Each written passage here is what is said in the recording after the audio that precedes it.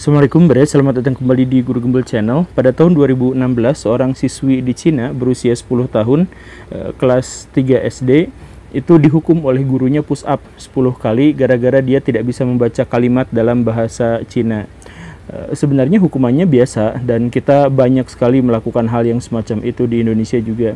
Tetapi di situ fatal, sebenarnya si anaknya sudah bilang bahwa dia hanya sanggup 8 kali. Jadi setelah 8 kali push up dia bilang tidak kuat lagi untuk itu. Tetapi teman-temannya protes, kok cuma 8, harusnya kan 10. Maka si anak kecil ini memaksakan diri untuk sampai 10 kali dan akhirnya apa?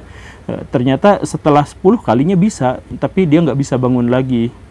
Akhirnya dibawa ke rumah sakit. Setelah di rumah sakit akhirnya diketahui bahwa si anak ini mengalami kelumpuhan gara-gara syarafnya putus di bagian tulang belakang. Jadi ada masalah besar, ada pergeseran besar di situ sehingga ada syaraf yang menghubungkannya dengan kaki dan itu tidak berfungsi sama sekali. Keluarga kebingungan dan mereka harus mengeluarkan uang sekitar 400 juta rupiah untuk operasi, untuk pengobatan ini itu dan sebagainya, dan tidak ada satupun diantaranya yang berhasil menyambungkan syaraf tentu saja.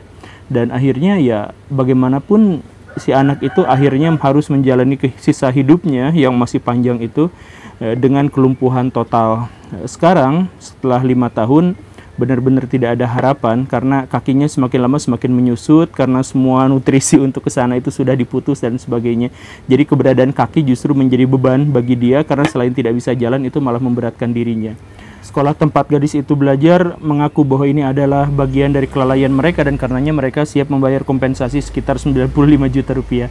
Ya nggak sampai ke sana ke sini sih, tapi kalau misalkan kita mau tanyakan atau salahkan ke gurunya juga, bukankah kita juga sering melakukan hal yang sama? Kita sebagai guru atau kita sebagai orang tua sering melakukan hukuman, kedisiplinan dalam tanda kutip kepada anak-anak kita, tetapi kita tidak sadar dan tidak tahu bagaimana tekniknya, sehingga untuk banyak sekali kasus ini berdampak menjadi sangat fatal. Kan kita sering lupa bahwa anak-anak kecil itu masih rapuh, fisiknya masih rapuh, jiwanya juga masih rapuh. Kalau misalkan kita memberikan tekanan mental secara lisan kepada anak-anak itu, maka mungkin saja anak-anak itu akan mengalami depresi dan kita tidak tahu itu. Kejiwaannya rusak dan kita tidak tahu itu, atau kita juga memberikan misalkan hukuman fisik dan kita tidak tahu seberapa buruk dan seberapa parah jika itu menimpa tubuhnya yang masih kecil. Kejadian yang sama juga yang serupa itu terjadi tahun lalu masih di Cina. Kejadiannya adalah seorang siswa usianya 10 tahun, dia belajar bersama seorang guru yang dianggap sebagai guru paling killer karena guru ini sering mukul kalau menganggap bahwa siswanya itu bersalah. Dan memang pada hari naas itu dia menghadapi hukuman itu, yaitu dipukuli. Apa alasannya? Karena dia gagal mengerjakan soal matematika. Karena itu dia disuruh tampil ke depan, disuruh berlutut, minta maaf, kemudian sambil melakukan itu dia dipermalukan, ditampar, digebukin, dan hal-hal yang semacam itu termasuk juga ditendang. Itu perlakuannya sampai 15 menit diperlakukan seperti itu dan ini katanya menjadi pelajaran untuk menjerakkan siswa-siswa yang lain. Tetapi dia diam saja pada waktu itu, tidak protes, tidak apa. Bahkan setelah hukumannya selesai pun dia tetap aja berlutut diam di sana. Sampai teman-temannya membopongnya ke tempat dia biasanya duduk di situ. Tetapi di jam istirahat orang-orang makin sadar karena dia memang tidak berbicara lagi, tidak apa lagi, ya duduk diem aja kayak gitu. Akhirnya dia dibawa ke rumah sakit. Ternyata selama dia diamnya itu dia gegar otak, ada pendarahan besar di kepalanya akibat pukulan-pukulan yang terus-terusan dari gurunya itu. Dan tak lama setelah itu dia meninggal dunia. Baraya, di channel ini saya sering menekankan bahwa negara-negara di Asia Timur itu memang maju dan berhasil untuk mengimbangi negara-negara maju di Eropa Barat atau di Amerika Serikat dalam banyak hal, khususnya dalam ekonomi dan industri. Tetapi mereka membayarnya dengan cara yang terlalu maksain. Jepang, Cina, Korea itu memaksa anak-anak untuk belajar ekstra biar mereka bisa mengimbangi negara-negara maju yang lainnya. Di dunia pekerjaan seperti itu dan di dunia pendidikan juga seperti itu. Banyak guru-guru yang masih melakukan tindakan kekerasan hanya untuk menanamkan kepada siswa bahwa mereka itu harus bisa melakukan sesuatu. Dan fakta bahwa si guru itu melakukan itu dan dia sudah diketahui memukul berkali-kali siswanya tetapi dia tetap mengajar menunjukkan bahwa memang metodenya di sana seperti itu. Dan karena itu maka jika siswa itu ternyata memang meninggal dunia, maka pembunuhnya bukan hanya satu si guru itu, tetapi memang secara sistem mereka seperti itu. Lain halnya dengan di Cina, di Indonesia juga sempat ada kejadian yang ya serupa seperti itu. Jadi di Manado ada siswa yang namanya Vanli, dia anak SMP. Dia datang terlambat ke sekolah 15 menit dari seharusnya. Karena itu maka si guru-guru itu langsung menghukum dia. Nah, hukumannya itu apa? Yang pertama, dia dijemur di lapangan, suruh hormat bendera. Biasa dijemur seperti itu ya. Karena waktu terlambatnya 15 menit, maka dia dijemurnya 15 menit. Di waktu dia 15 menit itu juga dia sudah bilang ke kawan-kawannya, sesama yang dihukum, dia bilang, aduh nggak kuat banget, saya sakit gitu ya. Tapi siapa juga yang mau lapor sama guru ketika dihukum kan? Akhirnya dia menerima itu aja selama 15 menit. Dan setelah 15 menit dikiranya selesai, tetapi belum selesai. Ternyata si gurunya belum puas. Si guru itu kemudian menyuruh Vanli dan teman-teman yang sama-sama terlambat untuk keliling lapangan 10 kali. Baru 4 keliling, Vanli jatuh tersungkur, pingsan, dan tak lama kemudian meninggal dunia. Apa yang menjadi penyebabnya? Nah, ini juga jadi bahan pertimbangan di sini Baraya. Kebanyakan di antara guru-guru di Indonesia atau di seluruh negara-negara yang baru maju itu, mereka tidak dibekali kemampuan untuk mengajar, tidak dibekali kemampuan fisiologi dan psikologi. Kalau misalkan kita berpikir soal hal yang sederhana ini, sebenarnya kita mengetahui masalahnya di mana. Ketika seseorang harus berdiri tegak terus, misalkan selama beberapa waktu, 15 menit atau 30 menit, itu kan sebenarnya fatal. Karena jantung itu dipaksa untuk menggenjot atau menarik darah dari kaki. Kalau si darah memompa misalkan ke otak, itu masih agak lumayan, tidak terlalu berat, karena dari jantung ke otak itu tidak terlalu jauh. Tetapi kalau jantung dari kaki itu kan jauh sekali. Makanya banyak di antara siswa-siswa kita yang kalau upacara itu ada yang pingsan gitu. Itu biasa, hampir setiap upacara pasti ada yang pingsan, ceritanya seperti itu. Nah, ini Vanli ini juga melakukan hal yang sama atau diperlakukan dengan cara yang sama, berdiri dalam kondisi dijemur. Itu si jantungnya bekerja keras, di atas ini kepanasan kepalanya. Udah itu seharusnya udah hukuman itu seharusnya sudah dihilangkan, tetapi masih aja berlaku. Dan udah itu malah dihukum lari. Secara medis sih masuk akal kalau anak ini kemudian meninggal dunia. Di sini kita mengetahui dari 3 kasus ini, kita mengetahui bahwa yang tadi itu si guru itu seringkali tidak mengetahui hal-hal mendasar tentang hukuman, hal-hal mendasar tentang psikologi dan fisiologi. Di Indonesia ketika Baraya misalkan masuk ke jurusan keguruan, Baraya tidak banyak mendapatkan pelajaran tentang hal-hal yang seperti ini. Ketika Baraya mau menjadi guru, maka kebanyakan yang dipelajari itu adalah bagaimana cara membuat administrasi. Psikologi itu sedikit sekali, fisiologi itu sedikit sekali, evaluasi ya agak banyak, tetapi kebanyakan evaluasi itu belajarnya hanya tentang bagaimana cara membuat soal. Jadi ya saya mohon maaf, ini juga adalah bagian kritik dari pendidikan kita dan bagian kritik dari banyak sekali masalah-masalah pendidikan. Mari kita tidak menghukumi si guru yang tadi itu, karena bagaimanapun dia sendiri kan tidak tahu dengan hal yang semacam ini. Kita semua tidak pernah tahu dengan hal-hal yang semacam ini. Kalau misalkan kita bertanya pada diri kita sendiri, kita mau jadi orang tua atau kita misalkan jadi guru, apa orientasinya? Kan jarang di antara kita yang berpikir soal hal itu. Kenapa kita menikah? Karena biar kemesuman kita menjadi halal. Kenapa kita pengen jadi guru? Biar cepat diangkat jadi PNS dan mendapatkan penghasilan yang layak. Kan pikiran-pikirannya itu seperti itu. Kita tidak berpikir bahwa ketika kita menjadi orang tua, maka ada tanggung jawab besar. Ketika kita misalkan nanti punya anak, si anak itu bagaimanakan itu harus membutuhkan ilmu, dan kita tidak bersiapkan dengan itu. Kita persiapan dengan pernikahan yang besar, upacara yang mewah, kemudian foto-foto bersama teman-teman, atau misalkan bikin iri mantan dan sebagainya. Itu yang kita pikirkan, itu ke arah sana. Tetapi kita tidak berpikir bahwa kita sedang akan mempersiapkan generasi baru di masa depan.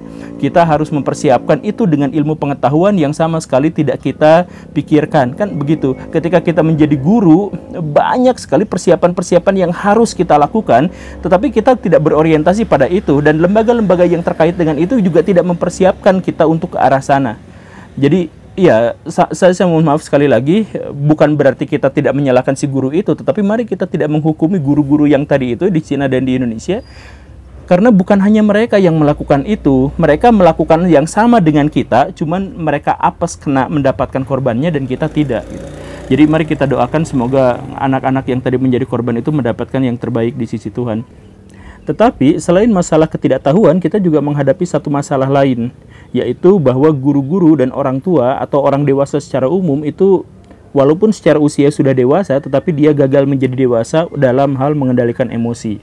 Dan ini penting, orang-orang yang gagal mengendalikan emosi itu adalah orang-orang yang berbahaya, karena kalau misal dia jadi guru atau jadi orang tua, kemudian dia membimbing anak-anak yang lebih kecil, itu bisa menjadi fatal.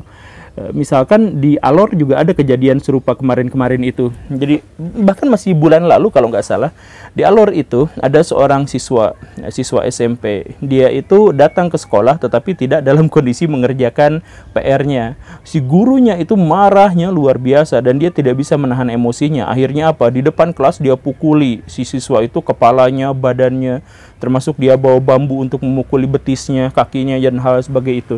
Kenapa dia melakukan seperti itu? Karena emosi naik darah, karena siswa ini nggak ngerjain lagi, ngerasa nggak dihargai sebagai guru karena gurunya rajin tapi anak siswanya kok tidak seperti itu. Dan akhirnya apa? Nah, siswa itu nampak baik-baik saja walaupun kesakitan. Dia sempat lapor kepada orang tuanya karena dianiaya sama guru, tetapi 8 hari kemudian dia meninggal dunia gara-gara yang tadi itu, pembocoran pembuluh darah di otak. Jadi dia meninggal dunia gara-gara itu akibat hantaman berkali-kali di kepala bagian belakangnya. Ini muncul bukan gara-gara ketidaktahuan. Ya, mungkin gara-gara ketidaktahuan, tetapi yang lebih utama adalah bahwa si guru itu tidak bisa mengontrol emosinya. Saya melihat banyak sekali orang tua di Indonesia yang terhadap anaknya itu menghukum karena emosi, bukan karena apa-apa. Jadi siswanya udah atau anaknya sudah reda nangisnya, dipukul lagi karena dijadikan pelampiasan bagi kemarahan orang tuanya. Baraya pasti melihat atau pernah melihat atau bahkan mungkin juga mengalami ada kondisi-kondisi seperti itu di mana anak kecil itu menjadi tempat pelampiasan dari stres, dari kemarahan dari orang tuanya. Karena anak kecil itu tidak bisa melawan dan relatif tidak membalas, maka kita melakukan hal seperti itu kepada anak-anak kita. Data Komnas Perlindungan Anak dan sebagainya itu membuktikan bahwa 90% kekerasan terhadap anak itu dilakukan oleh orang dewasa paling dekat. Kalau tidak guru ya orang tuanya. Dan itu terjadi karena apa? Karena biasanya si orang tuanya itu gagal untuk menjadi dewasa secara emosional. Begitu. Kita balik lagi ke Cina. Di Cina juga ada kasus kebencian seperti itu. Guru benci banget sama siswanya sampai suatu kali, ini di sekolah asrama. Di sekolah asrama itu ada seorang perempuan yang tiba-tiba difitnah, mungkin ya difitnah sama temannya, mencuri makanan cemilan, ciki gitu, cuman cemilan gitu doang. Difitnah, saya tidak melakukan itu, tetapi ketahuan sama si gurunya. Dan karena si gurunya sebelumnya memang sudah marah pada si anak perempuan ini, sudah benci pada anak perempuan ini, maka si anak perempuan itu dihukum 300 kali jongkok berdiri yang gitulah ya. Si perempuan, si anak siswanya itu pada waktu itu protes karena dia masih cedera kaki karena olahraga atau yang semacam itu, masih cedera kaki. Jadi dia nggak bisa melakukan hukuman seperti itu, tetapi gurunya yang membencinya itu nggak mau tahu, pokoknya harus dilakukan. Akhirnya si anak itu dengan keterpaksaan dan diawasi, dia melakukan jongkok berdiri itu 150 kali. Dan akhirnya apa? Ya si anaknya lumpuh selamanya, kakinya nggak bisa bergerak lagi. Aduh, miris ya. Di Korea itu ada hukuman, yang hukumannya itu biasa-biasa aja tapi menghasilkan dampak yang khas Korea banget gitu. Jadi pas pelajaran membaca, bukan pelajaran membaca tapi jam baca, si anak-anak disuruh untuk membaca novel semuanya, dan si anak-anak sudah mempersiapkan novelnya masing-masing. Nah, tetapi ada salah satu anak yang membaca novelnya itu di dalam novelnya itu anime novel gitu. Jadi kan ada gambarnya tapi banyak catatannya. Nah, di situ ada gambarnya yang menunjukkan perempuan dengan pakaian yang sangat mini, pakaian bikini seperti itu.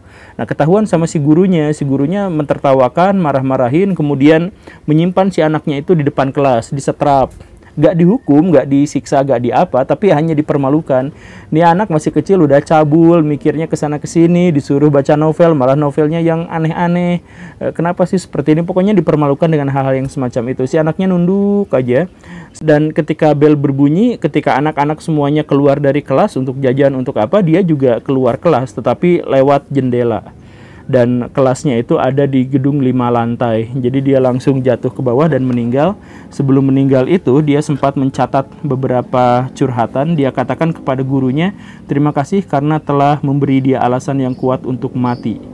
Sebenarnya saya sakit hati dipermalukan seperti ini. Novel yang saya baca itu adalah novel untuk pelajaran yang lainnya. Jadi ada proyek di pelajaran yang lain itu untuk membandingkan kebudayaan. Dan siswa ini sudah mengatakan kepada gurunya alasan ini, tetapi si gurunya tidak mau tahu karena mungkin tidak suka dan membenci. Dan akhirnya ya terjadilah bunuh diri itu. Sekali lagi ya, kalau kita mau menyalahkan guru-guru itu wajar, kita menyalahkan guru-guru itu, tetapi mari kita introspeksi diri, karena semua yang mereka lakukan, baik itu bullying secara lisan maupun hukuman fisik atau bahkan pukulan dan semacamnya, itu juga terjadi di sini. Kita juga melakukan hal-hal yang semacam itu kan. Kita tidak tahu bagaimana cara misalkan menghukum anak, kita tidak mengerti bagaimana psikologi anak, kita tidak pahami bagaimana kondisi fisiologis mereka dan sebagainya, tetapi kita berani-beraninya menjadi bagian dari status dan peran yang menghukumi mereka. Dan ya akhirnya kondisi seperti ini. Makanya sekarang bagian dari introspeksi kita adalah sekarang baraya yang mau nikah atau yang sudah nikah, atau baraya yang sudah menjadi guru atau akan menjadi guru.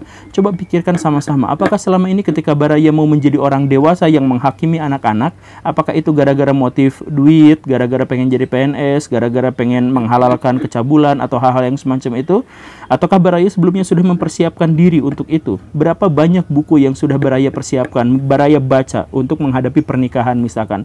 Berapa banyak artikel dan jurnal yang telah baraya baca tentang psikologi anak, tentang perkembangan anak dan sebagainya ketika baraya mempersiapkan anak yang akan dilahirkan? Kan kebanyakan di antara kita tidak melakukan hal seperti itu. Kita tidak mempersiapkan itu. Kita santai-santai aja terhadap ilmu pengetahuan, dan ketika nanti ada kabar buruknya, kita akhirnya nyalah-nyalahin pihak lain. Ya, jadi baraya, mari kita belajar, mari kita upayakan sebisa mungkin agar kita menjadi orang dewasa seutuhnya. Jadi ketika kita berhadapan dengan siswa dan berhadapan dengan anak yang lebih kecil, kita tahu apa yang mereka mau dan kita tahu apa yang mereka butuhkan. Terima kasih karena sudah lewat keretanya. Saya Guru Gembul. Assalamualaikum warahmatullahi wabarakatuh.